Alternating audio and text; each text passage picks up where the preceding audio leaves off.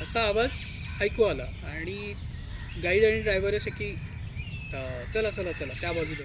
जेव्हा लॉकडाऊन आलं खूप पोस्ट यायला लागल्या की आमच्या भागात इतका छान आवाज येतो आहे किंवा आमच्या भागात पक्षी परत आलेत वगैरे. ते खरंच परत आले होते का? तर असं नाही आहे, ते तिथेच होते. त्याचं जे शरीर आहे आणि त्याची बेसिक मॉर्फॉलॉजी आणि त्याची जी ॲनाटॉमी आहे त्याच्या अनुषंगाने तो जो आवाज करू शकणार आहे पुक पुक पुक पुक तो तसाच करेल. नमस्कार श्रोत्यो, मी Mahesh Pathak. Rupa Rahul Bajaj Centre for Environment and Art प्रस्तुत द इकोम्यूज पॉडकास्टच्या या सिरीजमध्ये तुम्हा सर्वांचं स्वागत आहे. आजच्या विशेष भागामध्ये आपल्यासोबत बोलण्यासाठी आहे सिद्धार्थ बिनवाले. दादांची ओळख म्हणजे दादा एव्हियन इकॉलॉजिस्ट आहेत, एक बर्डर आहेत आणि सोबतच खूप सारे बायोडायव्हर्सिटी मॉनिटरिंगचे, फॉरेस्ट रिस्टोरेशनचे प्रोजेक्ट्स ते लीड करतात. दादा, या भागामध्ये तुमचं खूप स्वागत आहे. आणि आजच्या या भागामध्ये विशेषतः म्हणजे मी खूप ॲज अ पर्सन म्हणून खूप जास्त इंटरेस्टेड आहे की एक नवीन विषय आहे कन्झर्वेशनमध्ये म्हणा किंवा जेव्हा आपण नेचर लाईफसोबत इंटरॅक्ट करण्याची जी गोष्ट करतो त्याच्यासाठी हा जरा एक वेगळी पद्धत आहे त्या निसर्गासोबत बोलण्याची किंवा निसर्गासोबत बातचीत करण्याची. सुरुवातीला नेमकं आजच्या भागाचा जो आपला विषय आहे की बायोअकॉस्टिक्स म्हणजे नेमकं काय, म्हणजे सामान्य माणसाला जेव्हा याची व्याख्या समजून घ्यायची तर ती कशी असेल? तसं अगदी सोपं आहे. आपण वेगवेगळे आवाज ऐकत असतो, कधी पक्ष्यांचे, कधी प्राण्यांचे, कधी आपल्या आजूबाजूला नदी नाल्यांचे किंवा लाटेंचे, किंवा जेव्हा पाऊस पडतो तेव्हाही आपण आवाज ऐकतो. आणि या प्रत्येक येणाऱ्या आवाजाचा आपण काहीतरी संदर्भ लावत असतो आणि त्याच्यामधून आपल्याला माहिती मिळते की जसं पावसाळा आला किंवा कुठेतरी लांबवर पाऊस पडला आहे आणि त्याचा आपल्याला आवाज ऐकू येतो आहे तर आपल्याला लगेच समजतं की तिथे पाऊस पडतो. किंवा एव्हियन बायोअकॉस्टिक्स म्हणजे पक्ष्यांच्या आवाजावरनं आपण जो अभ्यास करतो तो. तर वेगवेगळे हॅबिटॅट आहेत की आपण सदाहरित जंगल आहे किंवा ड्राय डेसिडियस फॉरेस्ट आहे सेंट्रल इंडियामध्ये, इथे वेगवेगळे पक्षी सापडतात. तर त्या प्रजातीनुसार ते जंगल आपल्याला ऐकू येणार आहे. किंवा जसा उन्हाळा, पावसाळा, हिवाळा हे ऋतू बदलतील, आपल्याकडे असं समजूयात एक तळं आहे आणि त्या तळ्याचा त्या सीझननुसार त्या तळ्यावरती वेगवेगळे पक्षी अवतरतील, तर त्याच्यानुसार आपल्याला त्याच्यात वेगवेगळे आवाज ऐकू येतील. आणि जे इंटरप्रिटेशन आहे किंवा याचा जो आपण संदर्भ लावतो त्याला बायोअकॉस्टिक असं म्हणता येईल किंवा त्याचा बायोअकॉस्टिक स्टडी असं आपण व्याख्या करू शकतो. थोडक्यात प्राणीमात्रांचा किंवा या सगळ्या आपल्या आजूबाजूला जे सगळे आवाज आहेत त्याचा अभ्यास म्हणजे बायोअकॉस्टिक्स आहे. एक्झॅक्टली. पण अभ्यास म्हटलं की जेव्हा तुमचं बॅकग्राऊंड मी जेव्हा बघितलं की तुम्ही जिओलॉजीमधनं तुमचं मास्टर्स झालं आहे आणि देन तुम्ही बायोअकॉस्टिक्सकडे शिफ्ट झाला, तर तुमचा हा प्रवास मला थोडंसं ऐकायला खूप छान वाटेल की तुम्ही जिओलॉजीमधनं बायोअकॉस्टिक्सकडे कसं आहे. सो मलाही माहिती नव्हतं की हे ट्रान्झिशन होईल आणि मी जिओलॉजी घेतलं. म्हणजे मी कॉलेजमध्ये होतो तेव्हा मला केमिस्ट्री, बायोलॉजी म्हणजे केमिस्ट्री, बॉटनी, झूलॉजी आणि जिओलॉजी असे मला 4 सब्जेक्ट होते. शेवटच्या वर्षापर्यंत येईपर्यंत मला हे जाणवलं की जिओलॉजीची मुलं जी आहेत, जिओलॉजी शिकणारी, त्यांना खूप फिरायला मिळतं. आमचे खूप एक्सकर्शन्स व्हायचे कारण एका ठिकाणी तुम्हाला सगळं स्टॅटिग्राफी किंवा सगळे दगड बघायला नाही मिळत किंवा वेगवेगळ्या ठिकाणी जिओलॉजीमध्ये पण खूप वेगवेगळे सब टॉपिक्स आहेत आणि तो एक महत्त्वाचा भाग होता की मला जिओलॉजी म्हणून आकर्षित झालं. मी पहिल्यापासून रॉक क्लाइम्बिंग आणि रॅपलिंग आणि असं सगळं करत होतो किंवा पुण्यात वाढल्यामुळे बरेचसे ट्रेक्स करत होतो, त्याच्यामुळे म्हणूनही असेल की कदाचित मला जिओलॉजी आवडलं. आणि दुसरा एक हे होतं की मला झूलॉजी किंवा प्राण्यांविषयी कायम उत्सुकता होती. सो मी जेव्हा डेझर्टेशन निवडलं, जेव्हा मी मास्टर्स केलं, तेव्हा मला हे कळून चुकलं होतं की एन्व्हायरमेंटल जिओलॉजी हा माझा विषय आहे. आणि मग जसं मी वेगवेगळी कामं करत गेलो, म्हणजे वेगवेगळ्या संस्थांबरोबर माझं असोसिएशन झालं की पहिला जो माझा जॉब होता तो माझा हायड्रोजिओलॉजिस्ट म्हणून मी काम करायला सुरुवात केली आणि त्याच्यात एन्व्हायरमेंटल हेल्थ मॉनिटरिंग असा एक छोटा सब टॉपिक होता की आम्ही काय करायचो, गावागावात जायचो आणि तिथे वॉटरशेड मॅनेजमेंट किंवा पाणी अडवा पाणी जिरवा, अगदी सोपं सांगायचं, अशा पद्धतीचे आम्ही प्रोग्राम राबवायचो. आणि हे फाउंडेशन फॉर इकॉलॉजिकल सिक्युरिटी म्हणून एक संस्था आहे भारतात, त्याच्याबरोबर मी हे काम केलं. तर ते करताना आम्ही आता हे पाणी अडवा पाणी जिरवा करताना तुमचं वॉटर टेबल किती वर आलं आहे याच्याचबरोबर तुमच्या आजूबाजूला जेव्हा तुम्ही शेतामध्ये क्रॉप वॉटर मॅनेजमेंट घडवून आणता तर त्याचा आणि इकॉलॉजीशी काही संबंध आहे का. तुमच्या शेतामध्ये जेव्हा तुम्ही ऑर्गॅनिक शेती करता तेव्हा पक्षी कीटक ह्याचा अभ्यास करताना मला कळलं की मला या पक्ष्यांचा अभ्यास करायला जास्त आवडतो. आणि मग मी हळूहळू जिओलॉजीमधनं एन्व्हायरमेंटल जिओलॉजी, मग त्याच्यानंतर हायड्रोजिओलॉजिस्ट आणि इको किंवा एन्व्हायरमेंटल हेल्थ मॉनिटरिंग, आणि मग मी चक्क नॅचरलिस्ट झालो.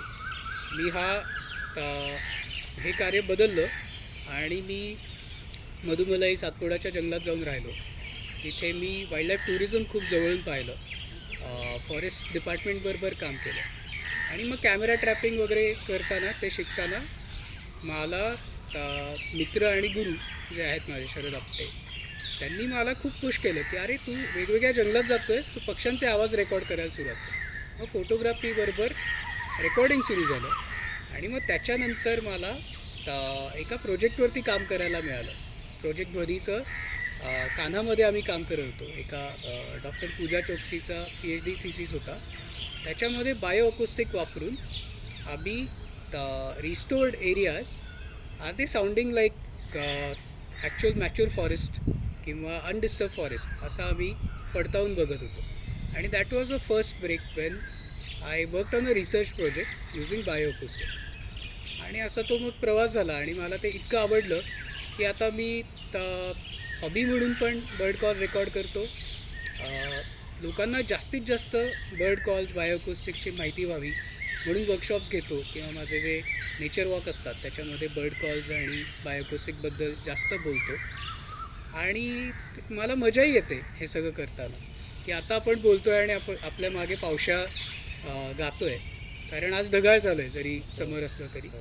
आणि मग हे सगळे जे क्लूज आहेत हे टिपायला पण मला मजा येते आणि या गोष्टी सांगायला पण मजा येते. मग मी अपसुकच bio acoustic has become part of माझं जर्नी.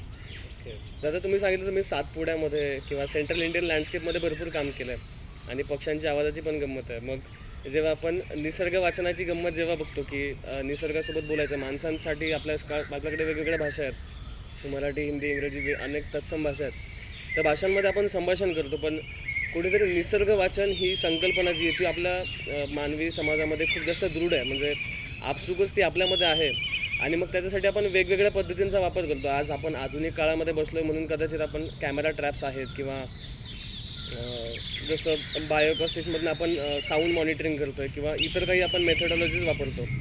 पण निसर्ग वाचण्यासाठी कदाचित आपण एखाद्या वेळेस जंगलात गेलो असतो आणि चालता चालता आपल्याला एखाद्या मोठ्या प्राण्याचे ठसे दिसतात, पायांचे ठसे दिसतात, त्याची स्कॅट दिसते, विष्ठा दिसते.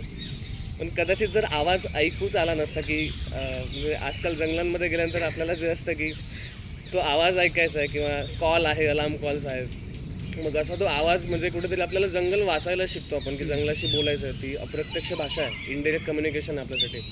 तर त्याच्याबद्दल तुम्हाला काय वाटतं की ती भाषा काय आहे आणि नेमकं गंमत कशी आहे त्या भाषेची? ह्याच्यात तर खूपच गंमत आहे. म्हणजे वाईल्डलाईफ टुरिझम करताना किंवा आत्तासुद्धा जेव्हा मी टूर्स करतो तेव्हा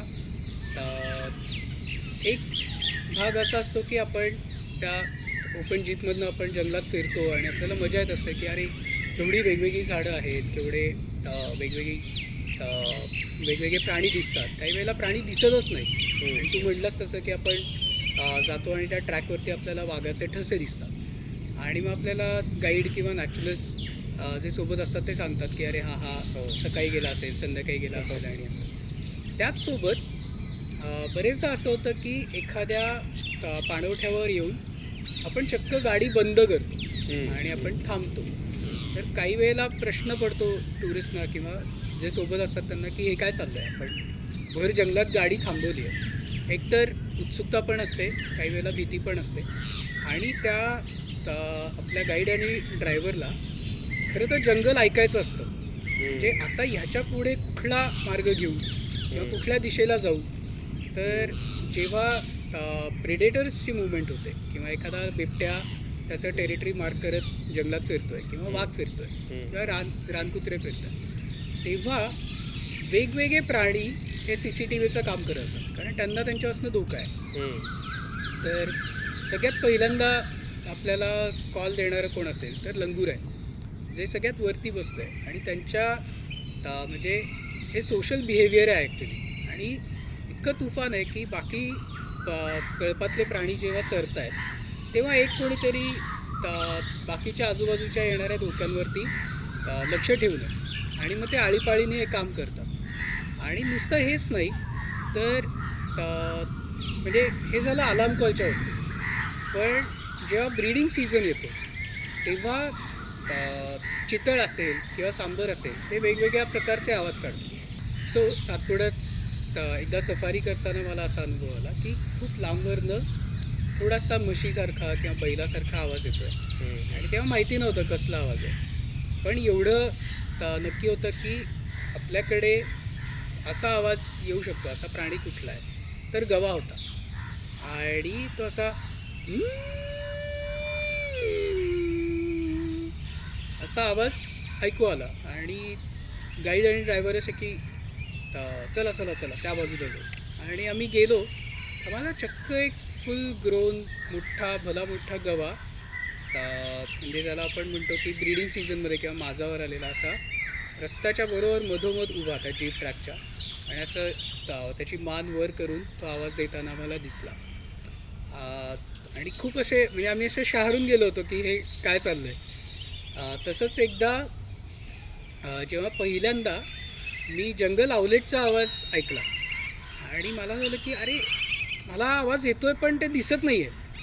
सो त्याच्या कॅमोफ्लेजमुळे किंवा ते इतकं मिळतं जुळतं होतं त्या ज्या झाडावर बसलं होतं, म्हणजे तुटलेल्या ब्रांचवर बसलेलं जंगल आउलेटसुद्धा आम्हाला आवाजामुळे टिपता आलं. सो ही पण एक गंमत म्हणजे अशा पण गमती होतात जंगलामध्ये. आणि जंगलातच नाही तर एखाद्या वेळेला असं होतं की आता बघा की फेब्रुवारी महिन्यापासून आपल्याकडे स्प्रिंग सुरू होतो किंवा वसंत यायला सुरुवात होतो. आणि बऱ्याच पक्ष्यांचं जे आपल्या आजूबाजूला आहे की दयाळ आहे किंवा मैना आहे किंवा फॅन्टेल फ्लायकॅचर आहे, टिकेल्स ब्लू फ्लायकॅचर आहे, हे सगळे गायला लागतात.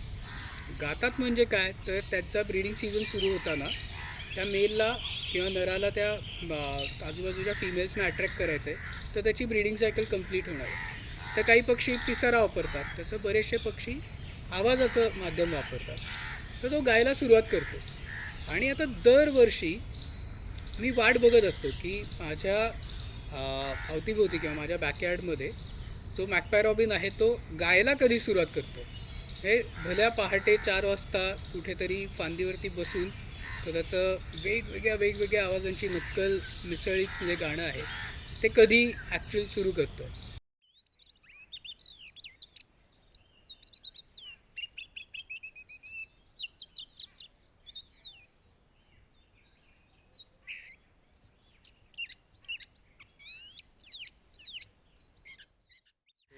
आणि ह्याच्यावरती आपल्याला खूप माहिती पण मिळते की तो गातो याचा अर्थ हवामान बदललं आहे, ऋतू बदलला आहे, त्याच्याचबरोबर त्याला लागणारं भक्ष्य त्या भागात आहे म्हणून त्यांनी ती टेरिटरी केली आहे. एवढंच नाही तर त्याला घरटं करायला पण जागा सापडली आहे.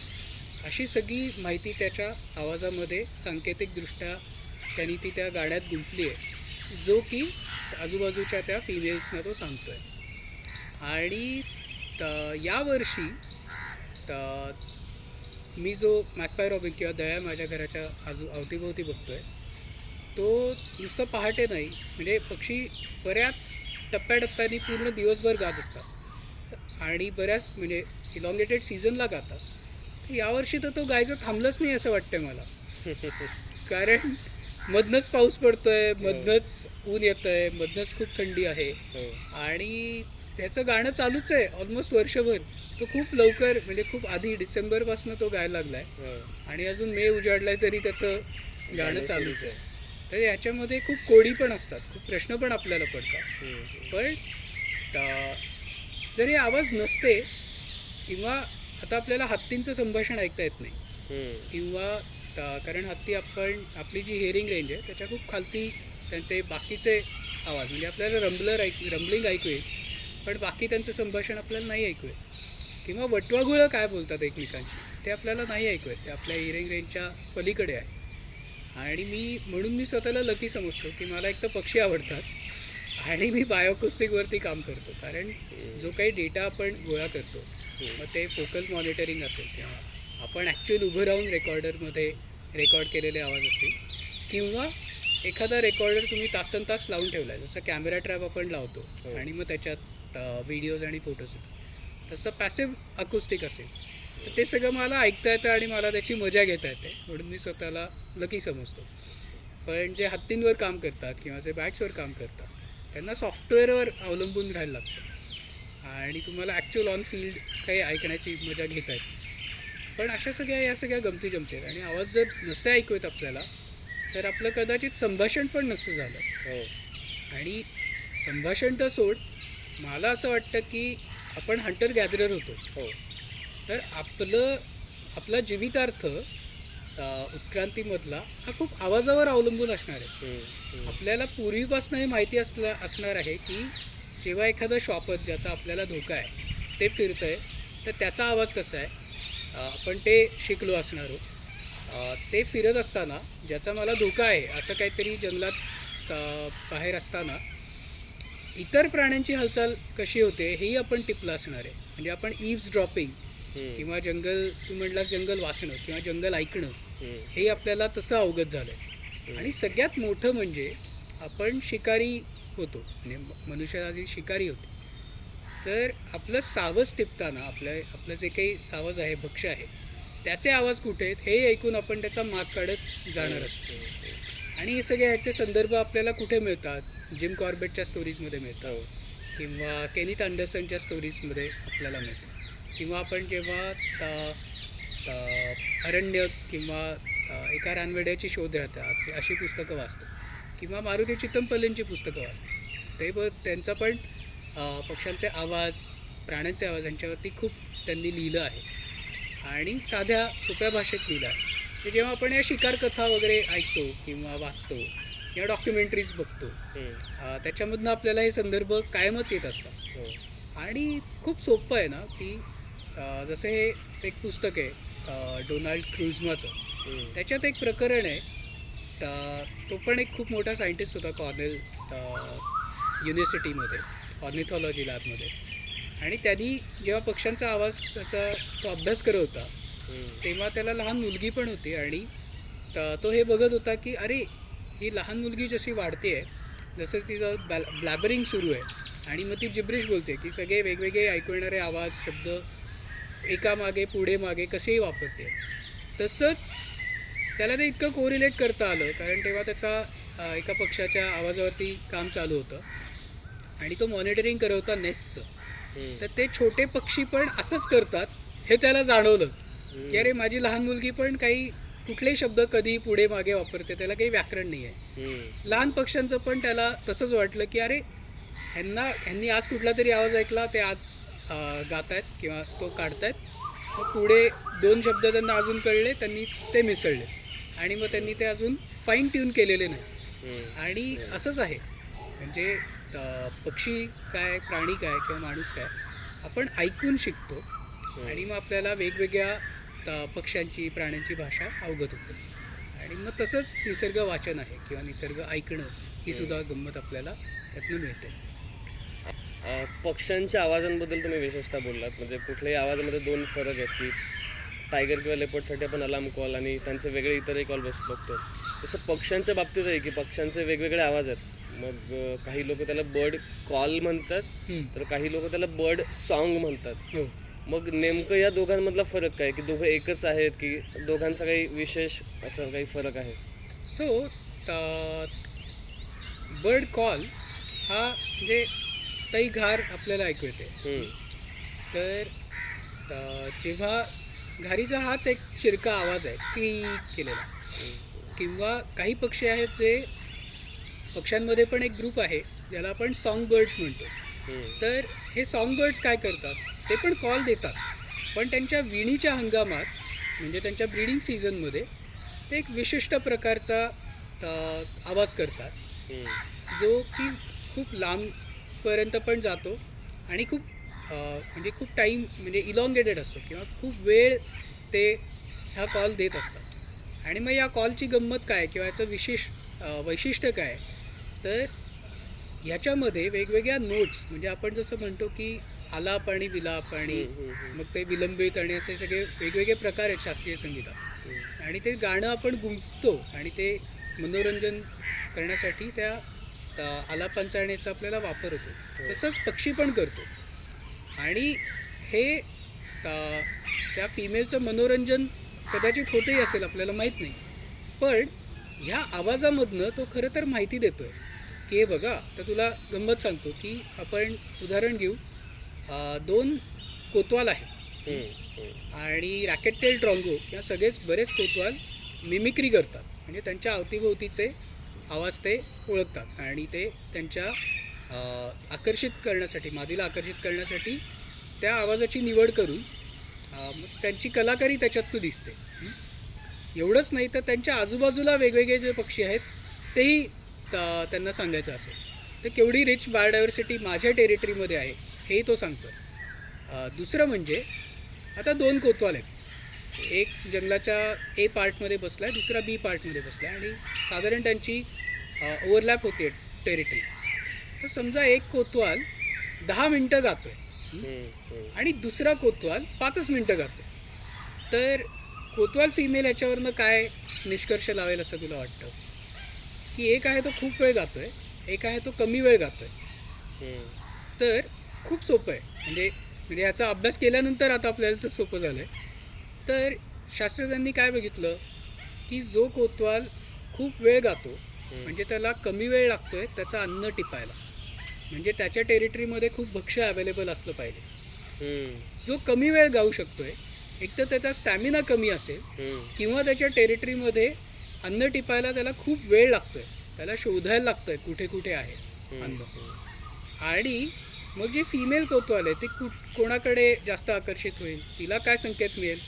हा नर खूप वेळ गातो म्हणजे याचे जीन्स चांगले पाहिजेत, त्याचा स्टॅमिना खूप दांडगा असला पाहिजे आणि याच्या टेरिटरीमध्ये खूप अन्न मुबलक असलं पाहिजे, मुबलक प्रमाणात. मग ती बरोबर ह्याच्याबरोबर विण करेल किंवा ह्याला सिलेक्ट करेल. तर अशा पण गमती या बर्ड सॉन्गमुळे घडतात. आणि कॉल काय तर नेहमी एकमेकांची सांकेतिक भाषा किंवा नेहमीचं मी या भागामध्ये आहे, ही माझी टेरिटरी आहे हे पक्षी वर्षभर सांगत असतो. पण आता मी या भागामध्ये आहे आणि मी ब्रीडिंग करायला रेडी आहे, माझ्या टेरिटरीमध्ये मुबलक अन्न आहे, मला घरटं करायला जागा आहे आणि मला फिमेलला अट्रॅक्ट करायचं आहे, हे जेव्हा पक्षी सांगत असतो तेव्हा आपण म्हणतो तो ब्रीडिंग सॉन्ग देतो किंवा त्याचा ब्रीडिंग कॉल आहे. की काही पक्षी आहेत त्यांची जी स्वर यंत्रणा आहे सॅरिंग्स आणि जे फुफ्फुसं आहेत त्यांची तर ते वेगवेगळे आवाज करतात आणि ते सॉन्ग बर्ड्स या कॅटेगरीमध्ये आहेत. पण इतर पक्षी जे आहेत जे सॉन्ग वापरत नाहीत किंवा ज्यांना अवगत म्हणजे हा सगळा ॲनाटॉमी मॉर्फॉलॉजी त्यांची वेगळी आहे आणि ते सॉन्ग बर्ड्स नाही आहेत, पण ब्रीडिंगमध्ये त्यांचं वोकलायझेशन वाढतं कारण त्यांना अट्रॅक्ट करायचं आहे फिमेलला आणि तिला आपल्या टेरिटरीत बोलवायचं आहे आणि इतर जे मेल्स आहेत त्यांना बाहेर ठेवायचं आहे, तर त्याच्यासाठी पण सॉन्गचा वापर होतो. आणि मग आता आपण असं ठरवलं आहे की ओके म्हणजे आता आपण सॉन्ग कशाला म्हणू, जर त्याचा ब्रीडिंगसाठी ब्रीडिंगशी संदर्भ आहे ज्या कॉलचा तो ब्रीडिंग कॉल किंवा ब्रीडिंग सॉन्ग, आणि जो नेहमी दिलेला कॉल आहे तो कॉल. मग कॉलमध्ये पण अलार्म कॉल आहेत जे धोक्याची सूचना देतात. अर्ली मॉर्निंग जे कॉल आपण ऐकतो पक्ष्यांचे ब्रीडिंग सोडून ते रायझिंग कॉल्स आहेत की उठल्यानंतर त्यांना सांगायचं आहे की मी या टेरिटरीमध्ये वावरतो आहे, मी अजून माझं अस्तित्व आहे टिकून, तर ते रायझिंग कॉल आहे. आणि रात्री झोपताना पण सांगून जायचं आहे की मी आहे बाबा, माझं अस्तित्व आहे, मी झोपतो इथेच, उद्या माझी दिनचर्या इथेच सुरू होणार आहे, ते रिटायरिंग कॉल आहे. आणि म्हणून पक्ष्यांचा अभ्यास करताना अर्ली मॉर्निंग आणि लेट इन द इव्हनिंग असे डॉन आणि डस्कच्या वेळेला आपण रेकॉर्डिंग्स करतो. मग त्याच्यावरनं आपल्याला साहजिकच माहिती मिळते कुठले कुठले पक्षी आहेत या भागामध्ये. आणि मग दिवसभर पक्षी रेस्ट करतात किंवा इन्सेक्ट खातात, फळं खातात, तेव्हा त्यांची कॉलिंगची ॲक्टिव्हिटी आपसुकच कमी असते. हम्म, हम्म, कारण याला एनर्जी युटिलायझेशन पण आहे खूप. हम्म. आणि मग आपल्याला रायझिंग कॉल रिटायरिंग कॉलवरनं पण बरीच माहिती मिळू शकते. आणि दादा जेव्हा टेरिटरी आणि लँडस्केपबद्दल तुम्ही सांगता की पक्ष्यांच्या आवाजातनं पण त्यांची टेरिटरी कशी आहे किंवा लँडस्केप्समधनं म्हणजे त्यांचा लँडस्केप कुठला ते वापरतात आहे किंवा ते कसं त्याचं युटिलायझेशन करतात हे आपल्याला कळतं. तुम्ही सेंट्रल इंडियन लँडस्केपमध्ये पण काम केलं आहे आणि आता पुण्यासारख्या अर्बन किंवा मेट्रो सिटीच्या आजूबाजूला पण तुम्ही सगळं हे मॉनिटरिंग करताय. तर शहरं, गावं, जंगलं या वेगवेगळ्या लँडस्केप्समध्ये काही विशेष निरीक्षणं आहेत का तुमची की पक्ष्यांच्या आवाजामध्ये असेल किंवा बायोएकॉस्टिक्सच्या त्या पूर्ण आवाजामध्ये काही वेगळी निरीक्षणं आहेत का? सो माझीच अशी नाही, पण ह्याच्यावरती खूप रिसर्च झाला आहे आणि अजूनही होतो आहे. एस्पेशली जेव्हा लॉकडाऊन आलं आणि सगळा आपला मनुष्य कारभार थांबला आणि सगळ्यांनाच वाटलं की अरे किती शांतता आहे आजूबाजूला. आणि मग हळूहळू खूप पोस्ट यायला लागल्या की आमच्या भागात इतका छान आवाज येतो आहे किंवा आमच्या भागात पक्षी परत आलेत वगैरे. ते खरंच परत आले होते का? तर असं नाही आहे, ते तिथेच होते. पण आपण आपल्या धावपळीच्या जगण्यामध्ये त्यांच्याकडे लक्ष द्यायला विसरत होतो किंवा आता पण परत विसरत चाललो शहरामध्ये एस्पेशली. आणि मग जेव्हा सगळं शांत झालं तेव्हा आपल्याला पण कामधाम पण आपली कमी झाली होती, त्याच्यामुळे वेळ पण होता आणि आपसुकच आपण पुन्हा त्या निसर्गाकडे आकृष्ट झालो. आणि खरं सांगायचं तर आपलं शहर, आपलं गाव, इव्हन जंगल हे कायम बोलत असतं आपल्याशी. मला काय जाणवतं तर मी पुण्यात राहतो, तर माझ्याकडची सकाळ जी आहे, मी जिथे राहतो, समजा तुम्ही शहरात राहत असाल तर शहरातला जो डॉन कोरस आहे, एकतर शहरात झाडं कमी, सिमेंट कॉन्क्रीट जास्त, त्याच्यामुळे आपण एक फिल्टर केला आहे आणि मग आपल्याकडे बायोडायव्हर्सिटी कमी आहे किंवा कमी पक्षी आहेत. मग त्या पक्ष्यांचेच मला आवाज ऐकू येतील आणि मग ते कमी काळ ऐकू येतील. जसं मी हळूहळू शहरांपासनं आउटस्कर्ट्सला जाईन, थोडीशी बायोडायव्हर्सिटी अजून वाढेल, छोटे छोटे बंगले असतील किंवा किचन गार्डन्स असतील आणि अजून छोटे पक्षी येतील, ते पण या आवाजात सामील होतील आणि मला त्यांचेही आवाज होतील. आणि जे जीवनमान आहे ते थोडं स्लो डाऊन असेल, त्याच्यामुळे अँथ्रोपोजेनिक साऊंड्स कमी असतील. गावात गेलो तर गावांची पण आता गोष्ट बदलते आहे बरं का. म्हणजे अगदी जेव्हा आपण जंगलाला लागून असलेलं गाव म्हणतो तेव्हा आपल्याला असं वाटतं की अरे मी निसर्गात आलो आहे कुठेतरी. पण शहराजवळचं गाव असेल तर तिथे पण संस्कृती बदलते आहे, तिथे पण राहणीमान धावपळीचं होतं आहे किंवा DJ संस्कृती पण येते. तर आपण कुठे ना कुठेतरी आपसुकच या निसर्गाच्या आवाजाला दाबतो आहे. तर एक फरक तर जाणवतोच आहे सगळ्यांना, सगळ्या शास्त्रज्ञांना, की जी वोकल ॲक्टिव्हिटी आहे त्याची वेळ किंवा त्याची ॲक्टिव्हिटी कमी होते आहे. कारण माणसाची ॲक्टिव्हिटी वाढते तेव्हा किंवा आपल्या सगळ्या कारभारामुळे आपण प्रेशराईज करतो. दुसरं आहे की जी बायोडायव्हर्सिटी आहे ती पण कमी होते, त्याच्यामुळे ते एलिमेंट्स आपसुकच वगळले जातात. काही अंशी काही जे पक्षी आहेत त्यांचा फ्रिक्वेन्सीमध्ये पण फरक पडतो आहे, असा पण एक अभ्यास आहे. आणि लोक त्याच्यावरती पण खूप काम करत आहेत की शहरात जो पक्षी आहे तो खरंच त्याची फ्रिक्वेन्सी बदलतो आहे का to overpower all this noise. आणि जंगलात जो पक्षी आहे त्याला तो त्रास कमी होतो आहे का आणि त्याची फ्रिक्वेन्सी बँड किंवा त्यांची जी फ्रिक्वेन्सी आहे ती त्याला आपसुकच नॉईज पोल्युशन कमी असल्यामुळे त्याला ती मूळ जी फ्रिक्वेन्सी आहे तीच ठेवता येते. आता ह्याच्यात पण चॅलेंजेस आहेत की समजा आपल्याकडचा तांबट पक्षी आहे आणि पोल्युशनमुळे, नॉईज पोल्युशनमुळे त्याचा आवाज लांबपर्यंत जातच नाही आणि पण म्हणून तो कावळ्यासारखं ओरडू शकणार नाही आहे. त्याचं जे शरीर आहे आणि त्याची बेसिक मॉर्फॉलॉजी आणि त्याची जी अॅनाटॉमी आहे त्याच्या अनुषंगाने तो जो आवाज करू शकणार आहे पुक पुक पुक पुक तो तसाच करेल. पण मे बी त्याची जी पुकपुक आपल्याला ऐकू येते ती कदाचित थोडीशी लो किंवा थोडीशी हाय एवढीच होऊ शकेल, पण त्याला पण लिमिटेशन आहे. आणि म्हणून आता खरं तर अवेअरनेसची गरज आहे आणि आपण स्लो स्टडी जी लाईफ सायकल सगळ्यांना सांगायचा प्रयत्न करतो आहे आणि त्याच्यामुळे आपला इम्पॅक्ट कमी होईल सगळ्याच बाबतीत, मग ते ध्वनी प्रदूषण झालं किंवा वॉटर पोल्युशन झालं किंवा कुठल्याही प्रकारचं आपण जेव्हा सप्रेस करतो नेचरला, ते कमी करण्याचं हे माध्यम आहे. आणि म्हणून मला असं वाटतं की आवाजाच्या बाबतीत पण सगळ्यांना सांगावं की अरे आपण जेव्हा गोंधळ करतो, म्हणजे गोंधळ आपण कशाला म्हणतो, साहजिक आहे की जेव्हा आपल्याला असं करायला लागतं तो गोंधळ होतो, आणि जेव्हा आपण असं करतो तेव्हा आपण ॲक्च्युअल तो नाविन्यपूर्ण आवाज टिपत असतो, ईज ड्रॉपिंग करतो. तर हे आपण खरंच कमी केलं पाहिजे. आणि आपल्याला मग काय होईल तर आपल्याला ती शांतता पण अनुभवता येईल.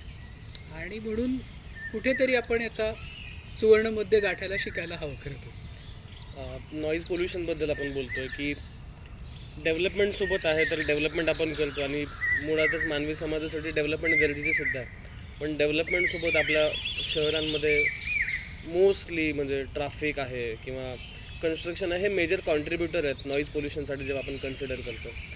तर याचा ज्या भागामध्ये ट्रॅफिक जास्त आहेत, म्हणजे फक्त शहराच्याच लँडस्केपमध्ये ज्या भागामध्ये ट्रॅफिक जास्त आहे आणि शहराचाच एखादा भाग असेल की ज्याच्यामध्ये ट्रॅफिक कमी आहे किंवा कन्स्ट्रक्शन्स कमी आहेत, तर त्याच्यामध्ये सुद्धा मग तो फरक जाणवतो का? म्हणजे आपण जंगल आणि याच्यामध्ये बघतोय तर तो फरक आपल्याला नक्कीच जाणवतोय. पण जेव्हा आपण शहराच्याच त्या भागामध्ये बघतोय की जिथे ते कॉन्ट्रीब्युटर म्हणजे ट्रॅफिक आहे किंवा कन्स्ट्रक्शन आहे ते आहे, तर शहरांमध्येच तो फरक जाणवतो का? अगदी जाणवतो ना. पण असंही नाही आहे की शहरांमध्ये नॉईज झाल्यामुळे पक्षी सोडून गेलेत शहर. ते एवढे अडॅप्टिव्ह आहेत की अगदी उदाहरण द्यायचं तर एखादा हे पुण्यातलंच उदाहरण घेऊ आपण, कारण आपण पुण्यात बसलो आणि पुण्याबद्दल बोलतो आहे. आजूबाजूला आपल्याकडे टेकड्या आहेत, एम्प्रेस गार्डनसारखे छान छान गार्डन्स आहेत. तर बायोडायव्हर्सिटी अजूनही टिकून आहे. पण आपल्याकडे स्वारगेटसारखा, सारसबागसारखा पण गजबजणारा रस्ता आहे. पण तरीसुद्धा रोज संध्याकाळी महेश आपण जर सारसबागेच्या तिथून फेरफटका मारला, त्या सगळ्या झाडांवरती मैनांचं रोस्टिंग आहे. त्या सगळ्या मैना आजूबाजूहून तिकडे झोपायला येतात. किंवा आपण SM जोशी ब्रिजवर गेलो, आपल्याला थवेच्या थवे पोपटांचे येताना दिसतात. ते वैकुंठामध्ये त्यांचं रूस्ट आहे. आणि जेव्हा संध्याकाळ होते तेव्हा हे रोस्टिंगला जात आहेत, ते रिटायरिंग कॉल देत आहेत. आणि त्या गोंगाटात सुद्धा कुठेतरी मैनांचं संभाषण चालूच आहे. असं नाही झालेलं की तो गोंगाट खूप झाला आहे म्हणून त्या आता ही वेळ आली आहे की त्या सोडूनच गेल्या आहेत, ते रूस्तच गायब झाले किंवा तिथे त्यांना जागा आहे आणि तिथे त्यांना काही मेसेज पासच करता येत नाही. पण कुठेतरी आता आपण माइंडफुली हे ऐकलं पाहिजे की अरे हां, इथे खूप पक्षी येतात बरं का, आणि त्यांचं वास्तव्य आहे, तर आपण आपला गोंगाट कमी करायला हवा. आणि अशा जागा आहेत की आता मला त्या गावाचं नाव नाही आठवत, पण तामिळनाडूमध्ये एक गाव आहे की जिकडे दिवाळी साजरी होते, छान साजरी होते, पण फटाके कोणी उडवत नाही. का तर त्या गावाच्या जवळ एक सँच्युरी आहे. जर ह्या सगळ्या म्हणजे हा एक बदल आहे त्यांनी घडवून आणलेला.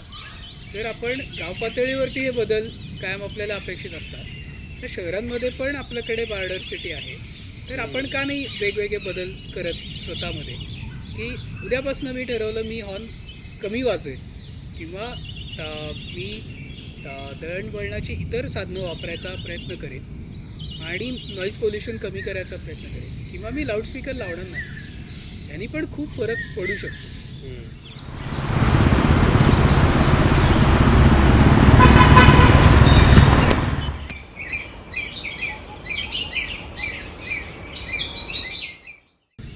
We just have to be mindful about it.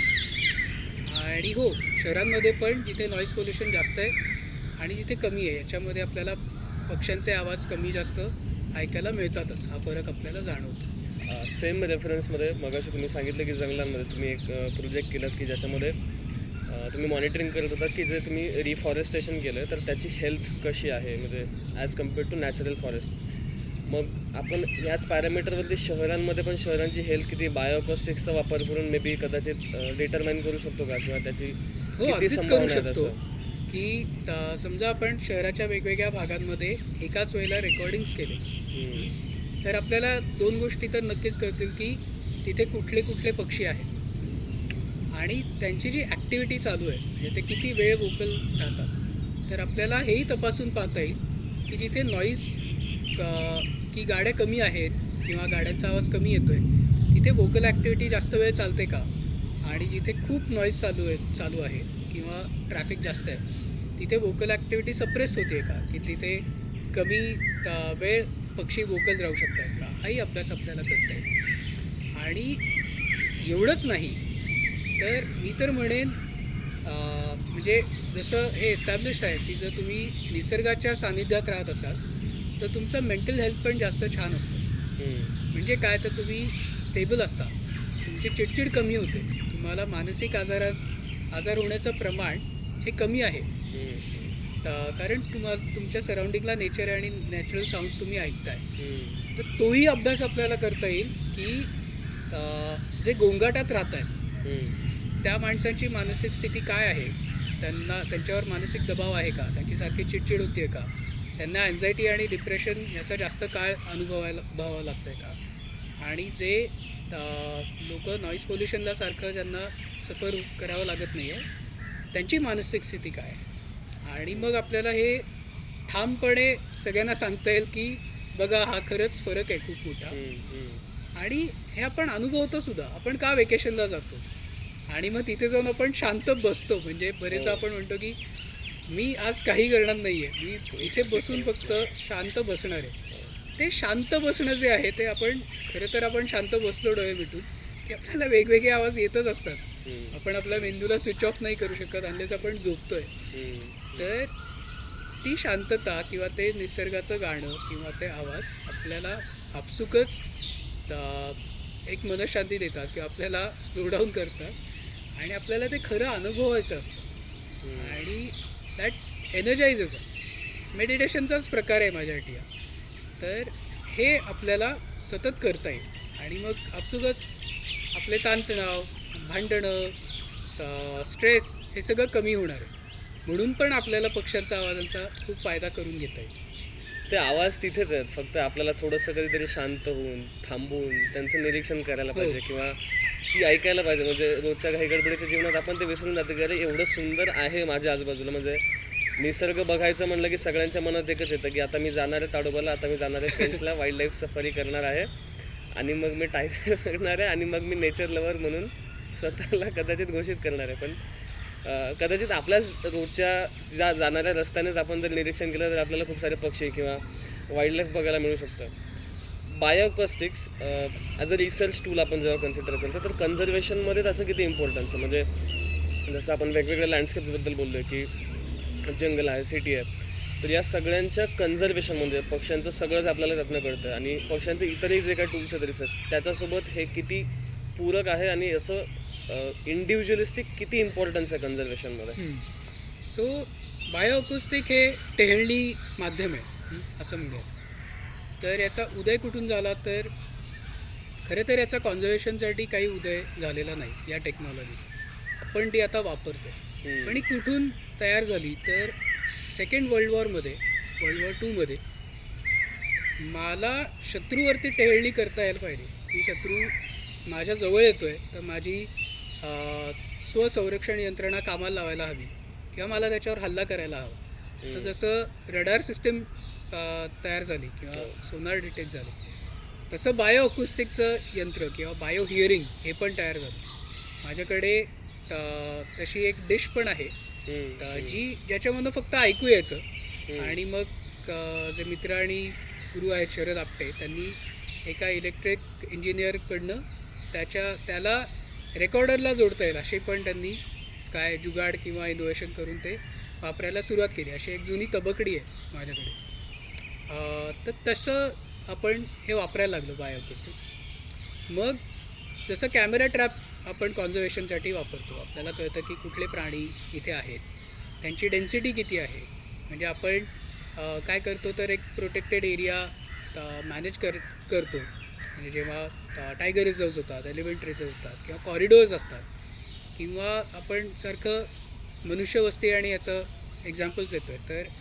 तर जसं कॉरिडोरमध्ये आपण हाय एलिव्हेटेड हायवेज आता केलेले आहेत आणि त्याच्या खाली आपण कॅमेरा ट्रॅप लावतो आणि आपल्याला कळतं की आता प्राणी सुरक्षितरित्या या जंगलातून त्या जंगलात जाऊ शकतो. तसंच छोटे छोटे रेकॉर्डर्स लावून आपल्याला ही प्राण्यांची पक्ष्यांची टेहळणी करता येऊ शकते. मग त्यांचं ॲबंडन्स वाढतो आहे का कमी होतो आहे, की मी वेगवेगळी झाडं कॉन्झर्व करायचा प्रयत्न करतो, तो हॅबिटॅट कॉन्झर्वेशन करतो आहे, तर त्याच्यावरती काय इफेक्ट होतो हे मी बायोअकॉस्टिकवरनं सहज सांगू शकतो.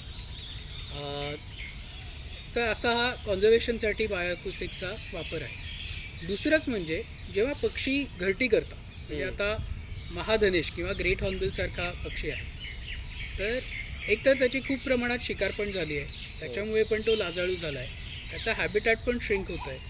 तर नॉर्थ ईस्टमध्ये आम्ही हा अभ्यास करत होतो की जे मोठे धनेश आहेत, की ग्रेट हॉर्नबिल आहे, रूफस नेक हॉर्नबिल आहे, रीथ हॉर्नबिल आहे, आणि हे जेव्हा उडतात, म्हणजे साधारण 1-1.5 किलोचा पक्षी जेव्हा उडतो आहे तेव्हा त्याच्या पंखांचा झुप झुप झुप असा आवाज होतो. तर जेव्हा तो लांबवरनं एखाद्या फिगच्या झाडावर किंवा बॅनियन ट्रीवर किंवा आपल्या वडासारख्या झाडावरती येतो आहे फळं खायला, तेव्हा तो आवाज जर मी टिपला तर मला हे सांगता येतं आहे का की तो ग्रेट हॉर्नबिल आहे, रीथ हॉर्नबिल आहे, रूफस नेक हॉर्नबिल आहे. तर त्याचा आम्ही अभ्यास करत होतो. तर निश्चितच सांगता येतं तुला, त्याची प्रजाती सांगता येते फक्त विंग बीट साऊंडवरनं. दुसरं आहे की ते कुठे येत आहेत आणि कुठे खात आहेत, म्हणजे त्या जंगलामध्ये रिसोर्सेस कुठे अवेलेबल आहेत हेही मॉनिटर करता येतं. सो असा वेगवेगळा आपल्याला अभ्यास त्याच्यावरनं करता येईल. आणि हे टेहळणी यंत्र वापरून आपल्याला ॲक्च्युअल जावं लागणार नाही जंगलामध्ये पक्ष्यांचा अभ्यास करायला. तर आपण जे एन्क्रोचमेंट होतं आपलंसुद्धा अभ्यासासाठी ते कमी होईल. Non invasive. नॉन इन्व्हेजिव्ह आहे. दुसरं म्हणजे पोचिंग कुठे कुठे होतं आहे, की जसं ॲमेझॉनसारखी जंगलं आहेत जिकडे लाकूडतोडीचं प्रमाण खूप आहे आणि खूप डेन्स आहेत ती फॉरेस्ट. म्हणजे त्या रेंजरला एका ठिकाणी उठून एक्झॅक्ट त्या लोकेशनवरती जाऊन सारखं पेट्रोलिंग करत तुम्हाला हे शक्य नाही, किंवा आपल्याकडच्या जंगलांमध्ये सुद्धा. तर समजा आपण रेकॉर्डर्स लावले आणि ते लाईव्ह मॉनिटरिंग सुरू आहे, जसं आपलं CCTVमध्ये मॉनिटरिंग चालू असतं, तर ॲपवरती आपल्याला कळू शकतं की कुठल्या भागामध्ये, जसं आपण ट्रँग्युलेट करून सांगतो की ओके या भागामध्ये ती कॉलर्ड टायगर फिरते आत्ता, तसं वेगवेगळे रेकॉर्डर्स वापरून आपण टेक्नॉलॉजी वापरून हे निश्चित करू शकतो की लाकूड तोडीचा म्हणजे जो चेन सॉचा आवाज आहे तो कुठे येतो आहे, आणि ते रेंजर्स कमी वेळात तिथे पोचून ती लाकूडतोड थांबवू शकतो. तर हा पण याचा सगळ्यात मोठा फायदा आहे. मग कमी वीज वापरता येईल, सोलर पॅनल्स वापरता येतील, अगदी छोटे जुने निकामी झालेले मोबाईल फोनसुद्धा आपल्याला म्हणजे ट्रान्सफर करून आपल्याला हे रेकॉर्डर्स त्यातले वापरता येतील. सो रिसायकल, रियूज ह्याचा पण आपण त्याच्यात वापर करू शकतो. आणि मला सांगावंसं हे वाटतं की जितक्या मीटिंग्ज होतात, म्हणजे आता सध्या आम्ही ऑनलाईन पण भेटतो, तर एक ग्रुप आहे बायोअकॉस्टिकवर काम करणाऱ्यांचा जो वर्ल्ड वाईड काम करतो, आणि बऱ्याच लोकांचं ह्याच्याकडे पण लक्ष आहे की ही टेक्नॉलॉजी वापरत असताना आपण बॅटरीज वापरतो, तर त्या रिचार्जेबल वापरता येतील का, त्याच्यामध्ये सोलरचा वापर करता येईल का. तर कारण ह्यानी तयार होणारा जो कचरा आहे तो पण आमाप आहे. कारण मी सतत जर कॅमेरा ट्रॅप वापरला किंवा रेकॉर्डर वापरला, पॅसिव्ह रेकॉर्डर, तर त्याने मी प्रदूषण पण करणार आहे. विच इज एक्झॅक्टली एकीकडे मी कॉन्झर्वेशन करतो आहे, पण माझं प्रदूषणाचा पण जर टक्का जास्त असेल तर ती तफावत होईल. मग ह्याच्याकडे पण लोक माइंडफुली बघतायत आता. आणि हे कॉन्झर्वेशन टूल म्हणूनच आपण आता वापरतो. एक एव्हिडन्स म्हणून आपण याचा वापर करतो. तर फोटोग्राफिक एव्हिडन्स जे आहेत, म्हणजे वाईल्ड लाईफ फोटोग्राफी आहे किंवा कॅमेरा ट्रॅपिंगमधून आपण एक व्हिज्युअल डॉक्युमेंटेशनच करतो. तर photography as a research tool आणि बायोअकॉस्टिक्स ॲज अ रिसर्च टूल, या दोघांचा काही संबंध तुम्हाला वाटतो का, की अगदी एक वेगळं काहीतरी तयार होऊ जेव्हा शकतं आपण असं? बिहेवियरचा अभ्यास करतो ना, तर की ऑस्ट्रेलियामध्ये लायर बर्डचा अभ्यास लोक करतात, तर तो नाचतोही आणि तो गातोही.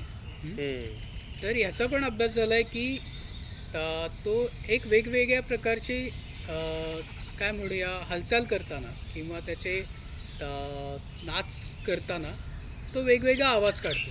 म्हणजे समजा त्यांनी त्याचा पिसारा फुलवला आणि तो एक विशिष्ट कॉल दिला, तर ते पिसारा फुलवणं आणि कॉल, मग उजवा पाय उचलणं किंवा डावा पाय उचलणं आणि वेगळा आवाज, ह्याचं सिंक्रोनायझेशन आहे असाही अभ्यास आपल्याला आढळून आला. तर किंवा जेव्हा आपण चिंपांझीचा अभ्यास बघतो की शिकार करायच्या आधी ते एकमेकांना काय सांकेतिक भाषेमध्ये क्लूज देतात आणि मग ते कसं त्यांची व्यूहरचना रचतात. चिंपांझी किंवा वाईल्ड डॉग, ढोल, जे खरं तर भुंकत नाहीत पण त्यांना विस्लिंग हंटर्स आपण म्हणतो. तर लांबवर ऐकू जाईल अशा शिळीसारखा तो आवाज करतात आणि त्यांची ती व्यूहरचना ते आखतात आणि एखादा सावज पकडतात. तर हे बिहेवियर अभ्यास करताना अकोस्टिक आणि व्हिडिओज किंवा व्हिज्युअल्स हे खूप महत्त्वाचे ठरतात. आणि मग त्याच्यामुळे आपल्या आता नवीन कॅमेरा ट्रॅप्समध्ये व्हॉईससुद्धा रेकॉर्ड करण्याची आपल्याकडे यंत्रणा आहे किंवा कॅमेरा ट्रॅप प्लस बायोकुस्टिक मॉनिटरिंग हे बरेच वेळेला वापरलं जातं. सो आपला रिसर्च क्वेश्चन काय आहे, आपल्याला काय अभ्यासाचं आहे, ह्याच्यावरती आपण ही वेगवेगळी टेक्नॉलॉजी वापरू. पण हे दोन्ही मिसळून आपल्याला वापरता येतीलच आणि आपल्याला अजून माहिती त्या प्राण्याबद्दल, जंगलाबद्दल, त्यांच्या बिहेवियरबद्दल मिळू शकते. दादा, आपण हे सगळं बोलतोय पण पक्ष्यांचा आवाज आहे, तर सीझननुसार पक्ष्यांच्या म्हणजे बर्तावामध्ये किंवा त्यांच्या वागणुकीमध्ये काहीतरी फरक पडतोय. तर तुमचे काही याच्याबद्दल विशेष निरीक्षण आहेत का की सीझननुसार हा चेंज दिसायला मिळतो? जसं तुम्ही आत्ताच सांगितलं की तो जो बर्ड आहे ऑस्ट्रेलियामधला, त्याचं तो गातो पण आहे आणि तो नाचतो पण आहे, असे आपल्याकडे काही आहेत का गमती? सो तशा तर खूप गमती आहेतच आपल्याकडे की पण मी तुला नुकतंच झालेली घटना सांगतो. तर मागच्या वर्षी काय झालं, माझ्या घराच्या आजूबाजूला ग्रे हॉर्नबिल येतात, जसं एम्प्रेस गार्डनमध्ये पण आहे. आणि हे हॉर्नबिल्स झाडाच्या ढोलीमध्ये घरटं करतात. तर मी माझी नेहमीची ईबर्ड लिस्ट करताना एका झाडाची ढोली बघत होतो आणि तिथे मैना, हॉर्नबिल, ओरिएंटल मॅक्पा रॉबिन हे सगळे येऊन जाऊन होते. आणि नंतर एक दिवस मला अचानक एका आमच्या शेजारच्या बिल्डिंगमध्ये एक भोक आहे, AC चं डक जे वापरत नाही आहेत ते, तो पाईप जायला ते भोक करतात, ती एक कॅव्हिटी आहे सिमेंटमधली आणि तिथे हॉर्नबिल जाताना दिसला. हे मागच्या वर्षी घडलं. आणि आता ग्रे हॉर्नबिल हा काही सॉंगबर्ड नाही, पण जेव्हा त्यांचं ब्रीडिंग सुरू होतं त्याच्या आधी ते खूप वोकल असतात. म्हणजे आपल्याला दिसतं की एकदम सुरुवातीला एकदम 10-10, 14-14 इंडियन ग्रे हॉर्नबिल्स मला आजूबाजूला दिसायचे. त्यांचा एकमेकांना आवाज देणं चालायचं आणि मग हळूहळू त्यांची संख्या कमी झाली, त्यांचं पेअर फॉर्मिंग सुरू झालं. मग ती 4 हॉर्नबिल एकत्र दिसत होते, 2 नर 2 माद्या दिसत होत्या. आणि तेव्हा एकमेकांना म्हणजे त्यांचं बोलणंच होतं की हां आता इथे घर करायचं आहे किंवा इथे जागा मिळाली आहे, असं त्यांचे वोकल ॲक्टिव्हिटी एकदम सडनली वाढली. आणि देन आय वॉज रेडी की हां आता मला ह्याच्यावरती लक्ष ठेवलं पाहिजे की ते इथे येऊन घरटं करतायत का. आणि लिटरली तसं झालं की ज्या दिवशी वोकल ॲक्टिव्हिटी वॉज ऑन पीक, मी आणि काही स्टुडंट्स आम्ही ते बघत होतो आणि मग ते हॉर्नबिल्स त्या कॅव्हिटीकडे जायला सुरुवात झाली. सो वी लिटरली ऑब्झर्व की by monitoring their vocal behaviour किंवा ते असण्याचं आम्हाला त्यांच्या आवाजावरनं कळलं आणि त्यांचं घरटं सापडलं. तसंच घारीचंही झालं, तसंच शिकराबद्दल पण झालं. म्हणजे आता हे सॉंग न करणारे पक्षी आहेत पण ब्रीडिंगच्या वेळेला त्यांची वोकल ॲक्टिव्हिटी प्रचंड वाढते आणि ते त्यांची टेरिटरी मार्क करत असतात, ते त्यांच्या मेटला बोलवत असतात आणि मग तुम्हाला त्यांची घरटी कुठे आहे ते दिसतं. तसंच एकदा मी काहीतरी काम करत घरी बसलो होतो आणि म्हणजे खाल्लं म्हणजे बिल्डिंगच्या खालून खूप जोरदार गलका सुरू झाला. मग त्याच्यात सिनेरिया स्टेट होता, त्याच्यात कॉमन टेलर बर्ड होता, बुलबुल होते आणि बुलबुल थांबतच नव्हते. आणि मग अचानक मैनांचा आवाज यायला लागला आणि मग कावळेसुद्धा त्यात सामील झाले. आणि मला माहिती होतं की हे सगळे डिस्ट्रेस कॉल्स आहेत आणि म्हणून मी जस्ट हातचं काम बाजूला ठेवून मी जाऊन थांबलोच खिडकीत आणि मग मला मस्त तिकडनं छान असं फुगून मस्त ते मांजर त्या कम्फर्ट वॉलवरनं जाताना दिसलं. So I was so tune to it की हे सगळे अलार्म कॉल चालू आहेत आणि they must be a predator out आणि हे माहिती असूनसुद्धा मला ती गंमत खरं जाऊन पाहायची होती. तसंच एकदा सातपुड्यात पण झालं की मी नुकताच DSLR कॅमेरा ट्रॅप हाताळायला शिकलो होतो आणि मग मी तो आमच्या रिसॉर्टमध्ये असलेल्या एका वॉटर होलवर लावायचो. रोज रात्री जाऊन तिथे लावायचो आणि मग तिथे एक टेंट होता, लक्झुरियस टेंट. तिथे मी वरांड्यात बसून राहायचो आणि मला काय फोटो येताना तर ते दिसणार नव्हतं, पण मी आवाज ऐकत राहायचो की काही येतं आहे का आणि असं. मग एकदा रात्री मी तिथे त्या टेंटच्या वरांड्यात बसलो होतो, हातात पॅराबोला डिश होती आणि लंगूरचे अलार्म कॉल सुरू झाले आणि त्यांचं ते असं जोरजोरात रात्री सुरू होतं आणि अचानक त्या DSLR कॅमेरा ट्रॅपच्या फ्लॅशमधनं फ्लॅश उडला आणि मग मी निर्धास्त होतो की काहीतरी येऊन गेलं आहे आपल्या कॅमेरा ट्रॅपसमोर.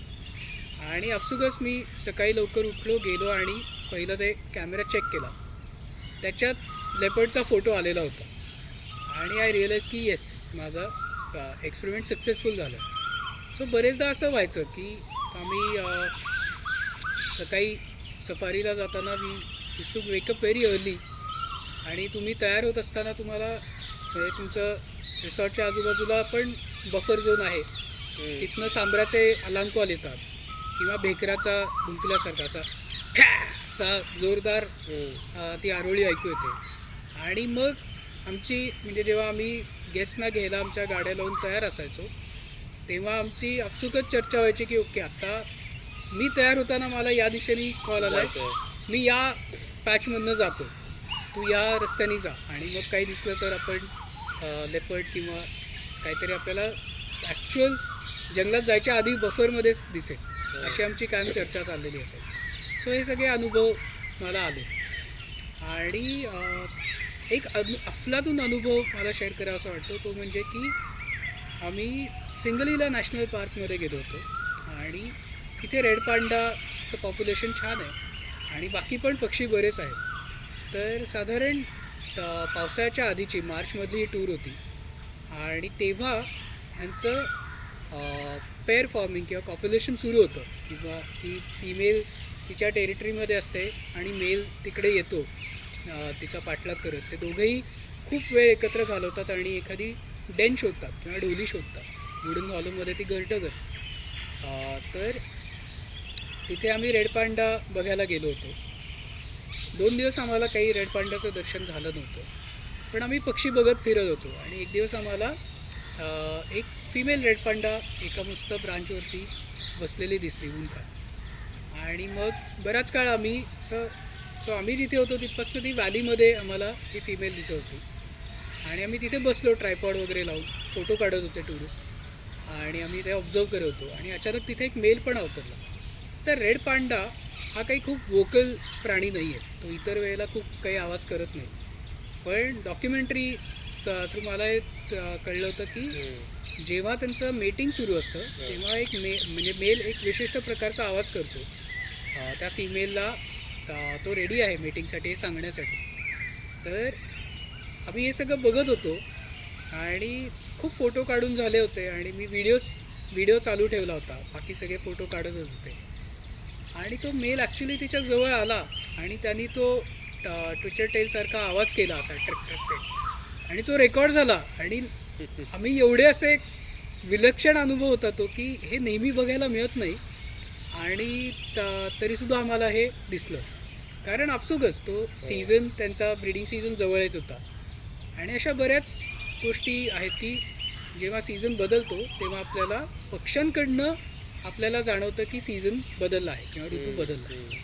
जसं आता वसंतात आपल्या आजूबाजूला ही सगळी कोकिळे केव्हाची गातं. हो.